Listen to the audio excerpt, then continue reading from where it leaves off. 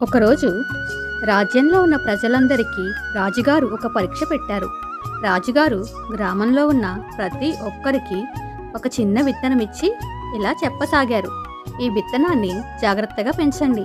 1 సంవత్సరం తర్వాత మీరు పెంచిన మొక్కను నా దగ్గరకు తీసుకొచ్చిన వారిని నేను రాజ్యంలో నూతన అధిపతిగా నియమించుకుంటాను అని రాజుగారు ప్రజలందరితో చెప్పారు. రాజుగారు చెప్పిన ఆ మాటలకు ప్రజలందరూ ఆశ్చర్యపోయి ఈ పరీక్షలో అందరూ కూడా నెగ్గాలని రాజుగారు ఇచ్చిన విత్తనాన్ని చాలా జాగ్రత్తగా పెంచసాగారు. అదే గ్రామంలో సమూయేలు అనే ఒక చిన్న పిల్లవాడు ఉండేవాడు. ఆ పిల్లవాడు దేవునిపై అపారమైన నమ్మకము కలిగినటువంటి వాడు. ఆ పిల్లవాడు తన తండ్రితో కలిసి ఆ విత్తనాన్ని ఒక కుండీలో నాటాడు. ఆ పిల్లవాడు రోజు ఎంతో శ్రద్ధగా ఆ నాటిన విత్తనానికి నీళ్లు పోస్తున్నా కూడా ఆ కుండీలో ఉన్న విత్తనము మొలకెత్తలేదు. రోజులు గడుస్తున్నా ఆ కుండీలో ఆ విత్తనము మొలకెత్తలేదు. అయితే సమూయేలు ఆ రాజ్యంలోనికి వెళ్ళి అందరూ రాజుగారు ఇచ్చిన విత్తనాలు మొలకెత్తాయో లేదో అని చూసినప్పుడు అందరు విత్తనములు మొలకెత్తి అవి మొక్కలు ఏపుగా ఎదగడం ప్రారంభించాయి. అది చూసిన సమూయేలు నేను నాటిన విత్తనము ఎందుకు మొలకెత్తలేదు అని కన్నీళ్లు పెట్టుకున్నాడు.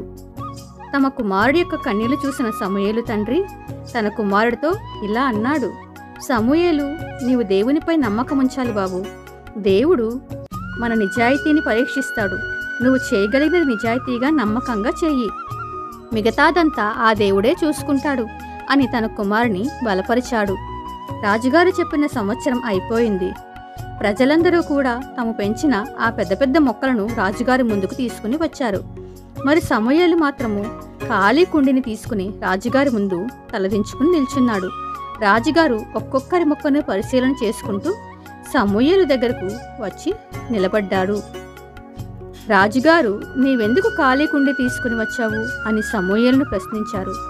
సమూయేలు కన్నీళ్లు పెట్టుకుని, ప్రభు, మీరు విత్తనం ఇచ్చిన నాటి నుండి నేను ప్రతిరోజు నీళ్లు పోస్తూ జాగ్రత్తగా చూసుకున్నాను. కానీ నా విత్తనం మొలకెత్తలేదు. మీరు ఇచ్చిన విత్తనాన్నే నేను నాటాను, కానీ వేరొక విత్తనాన్ని నేను మార్చలేదు అని కన్నీళ్లతో రాజుగారికి సమాధానమిచ్చాడు. అప్పుడు రాజుగారు సమూయేలు భుజంపై చేయి వేసి చిరునవ్వుతో ఇలా అన్నారు, ప్రజలారా, మీకు ఇచ్చిన విత్తనాలన్నీ కూడా నేను ఉడికించి ఎండబెట్టిన విత్తనాలు. అవి మొలకెత్తవు. నేను ఇచ్చిన విత్తనాలు మొలకెత్తలేదని అందరూ కూడా వాటిని మార్చి కొత్త విత్తనాలను నాటారు. కానీ ఈ చిన్న పిల్లవాడు మాత్రము నేను ఇచ్చిన విత్తనాన్ని మాత్రమే నాటి ప్రతిరోజు నీళ్లు పోస్తూ మొక్క వస్తుందేమో అని ఆశగా చూశాడు. మొక్క రాకపోయినా ఖాళీ కుండితో నా ముందు నిలవబడి తన నిజాయితీని చాటుకున్నాడు. నిజాయితీ కలవాడే రాజుగారికి నిజమైన యోగ్యుడు అని రాజుగారు తన సంతోషాన్ని వ్యక్తపరిచారు. మిక్కిలి కొంచెములో నమ్మకముగా ఉండువాడు ఎక్కువలోనూ నమ్మకముగా ఉండును. మిక్కిలి కొంచెములో అన్యాయముగా ఉండువాడు ఎక్కువలోనూ అన్యాయముగా ఉండును. లూకాసు వార్త 16వ అధ్యాయం 10వ వచనం.